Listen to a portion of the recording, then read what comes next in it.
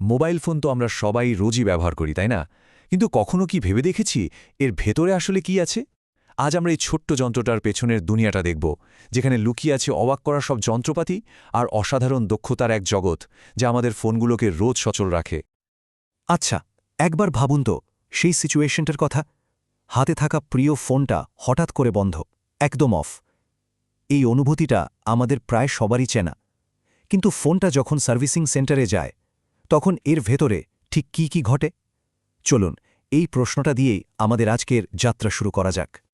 আমাদের স্মার্টফোনগুলো, মানে যেগুলো ছাড়া আমাদের এক মুহূর্ত চলে না, সেগুলো কিন্তু আসলে একটা রহস্যের বাক্স। বাইরে থেকে দেখতে একদম সিম্পল আর মসৃণ, কিন্তু ভেতরে রয়েছে জটিল এক গোলকধাঁধা। চলুন আজ আমরা একটা মৃত ফোনকে জীবন ফিরে পাওয়ার পুরো জার্নিটা দেখি। তো ফোন সারানোর প্রথম ধাপটাই হচ্ছে ডিটেকটিভের মতো কাজ। মানে একজন টেকনিশিয়ানের আসল খেলাটা শুরু হয় ফোনটা খোলারও আগে। বিশ্বের সব যন্ত্রপাতি দিয়ে তিনি খুঁজে বের করার চেষ্টা করেন সমস্যাটা ঠিক কোথায় হয়েছে। আর এই ডিটেকটিভের প্রথম অস্ত্রটাই হল ডিসি পাওয়ার সাপ্লাই। ভাবুন, একটা ফোন যখন একদম ডেড, কোনো সাড়া দিচ্ছে না, তখন এই মেশিনটাই একটা এক্সটার্নাল ব্যাটারির মতো কাজ করে। এটা ফোনকে বাইরে থেকে পাওয়ার দেয়, যাতে টেকনিশিয়ানের ভেতরের অবস্থাটা চেক করতে পারেন। এখানে কিন্তু কাজটা হয় একদম নিখুঁত মাপে। প্রথমে পাওয়ার সাপ্লাইকে ঠিক 3.7 ভোল্টে সেট করা হয়, কারণ এটাই একটা মোবাইল ব্যাটারির নর্মাল ভোল্টেজ। এরপর পজিটিভ আর নেগেটিভ কানেক্টরগুলো ফোনের ব্যাটারি পয়েন্টে লাগিয়ে পাওয়ার বাটনটা প্রেস করা হয়। আর ঠিক তখনই আসল রহস্যটা সামনে আসে। মিটারের রিডিং দেখেই টেকনিশিয়ান বুঝে যান বোর্ডে কোনো শর্ট সার্কিট আছে কিনা বা ফোনটা ঠিকঠাক কারেন্ট আনছে কিনা। এটাই হলো সমস্যার মূল কারণ খুঁজে বের করার প্রথম এবং সবচেয়ে গুরুত্বপূর্ণ ক্লু। এরপর আসে মাল্টিমিটার। এটাকে বলতে পারেন একজন টেকনিশিয়ানের ইলেকট্রনিক স্টেথোস্কোপ। ডাক্তার যেমন স্টেথোস্কোপ দিয়ে হার্টবিট শোনেন, টেকনিশিয়ানও ঠিক সেভাবেই মাল্টিমিটার দিয়ে সার্কিট বোর্ডের বিভিন্ন পার্টসের ইলেকট্রনিক পালস চেক করেন। এই ছোট্ট যন্ত্রটার ক্ষমতা কিন্তু অবাক করার মতো। এটা দিয়ে মাদারবোর্ডের প্রায় সবকিছুই, মানে একদম খুদের রেজিস্টার থেকে শুরু করে স্পিকার, মাইক্রোফোন, ডায়োড সব টেস্ট করা যায়। এটার সাহায্যেই টেকনিশিয়ান একেবারে পয়েন্ট করে বলে দিতে পারেন কোন পার্টসটা আসলে নষ্ট হয়েছে। আচ্ছা, সমস্যাটা তো মোটামুটি একটা আন্দাজ করা গেল। এবার আসে ফোনটা খোলার পালা। আর আজকালকার ফোন খোলা কিন্তু সত্যি বলতে একটা ছোটোখাটো অপারেশনের চেয়ে কম কিছু না। এর জন্য লাগে একদম স্পেশাল কিছু যন্ত্রপাতি। এখনকার বেশিরভাগ স্মার্টফোনই দেখবেন খুব পাওয়ারফুল আঠা দিয়ে একদম সিল করা থাকে। তো এটাকে খোলার প্রথম স্টেপই হলো হট এয়ার গান ইউজ করা।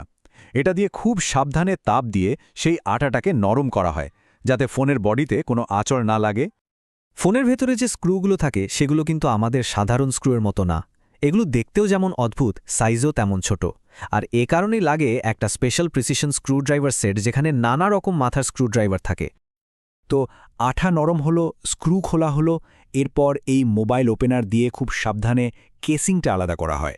আর এই যে টুইজার বা চিমটা দেখছেন, এটা লাগে ভেতরের ওই মাইক্রোস্কোপিক পার্টসগুলোকে ধরার জন্য, যেগুলো খালি হাতে ধরা তো দূরের কথা, ঠিকমতো দেখাই মুশকিল। ফোনটা খোলার পরেই আমাদের চোখের সামনে চলে আসে এর আসল হার্ট, মানে মাদারবোর্ড বা পিসিবি। এটাকে একটা ছোট্ট শহরের সাথে তুলনা করলে একদম ভুল হবে না। ফোনের সব কাজ তো এই ব্যস্ত শহর থেকেই কন্ট্রোল হয়, আর এখানেই আসল সার্জারিটা করতে হবে। এখন এই শহরের উপর যদি কোনো অপারেশন চালাতে হয়, তাহলে তো তাকে একদম স্থির রাখতে হবে, তাই না?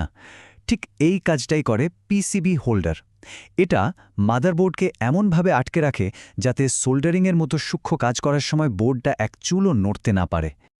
এই ছোট্ট শহরের ভেতরেই আছে কিছু খুব ইম্পর্ট্যান্ট জায়গা, যেমন ধরুন সিপিইউ, যেটা হলো গিয়ে ফোনের ব্রেন।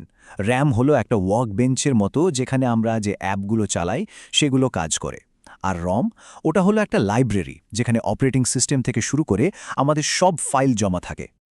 র্যাম আর রম, এই দুটো শব্দ কিন্তু আমরা প্রায় গুলিয়ে ফেলি।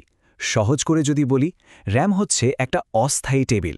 আমরা যখন একসাথে অনেকগুলো অ্যাপ চালাই, সেগুলো এই টেবিলের উপরই কাজ করে। ফোন বন্ধ করলেই টেবিলটা খালি হয়ে যায়। অন্যদিকে রম হলো একটা পার্মানেন্ট লাইব্রেরি। এখন ফোন সারানোর সময় এটা জানা জরুরি কেন? কারণ ধরুন র্যামের সমস্যা হলে হয়তো ফোনটা স্লো হয়ে যাবে, কিন্তু রমে গণ্ডগোল মানে ফোনটা হয়তো আর স্টার্টই হবে না।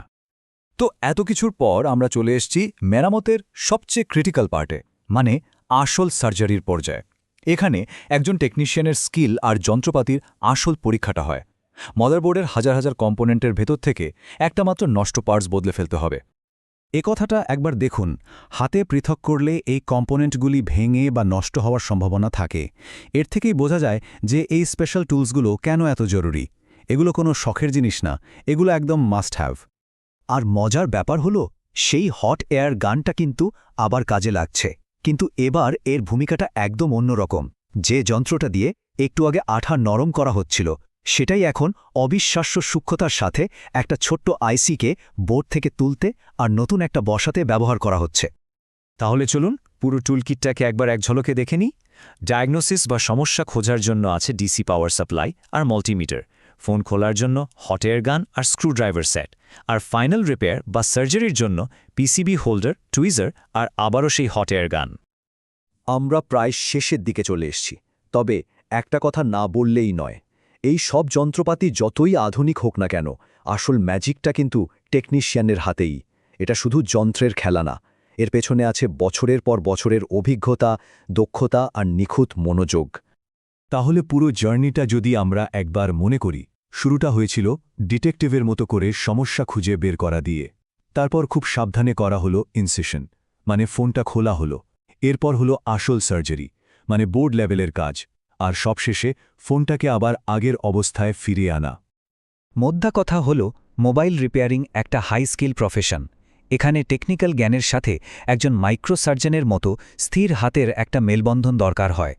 আশা করি এই আলোচনার পর থেকে আমরা যখন কোনো টেকনিশিয়ানকে কাজ করতে দেখব, তাদের দক্ষতার প্রতি আমাদের সম্মানটা আরও বেড়ে যাবে। যাওয়ার আগে একটা প্রশ্ন রেখে যাই। টেকনোলজি তো দিন দিন আরও জটিল হচ্ছে, ফোনগুলো আরও কম্প্যাক্ট হচ্ছে।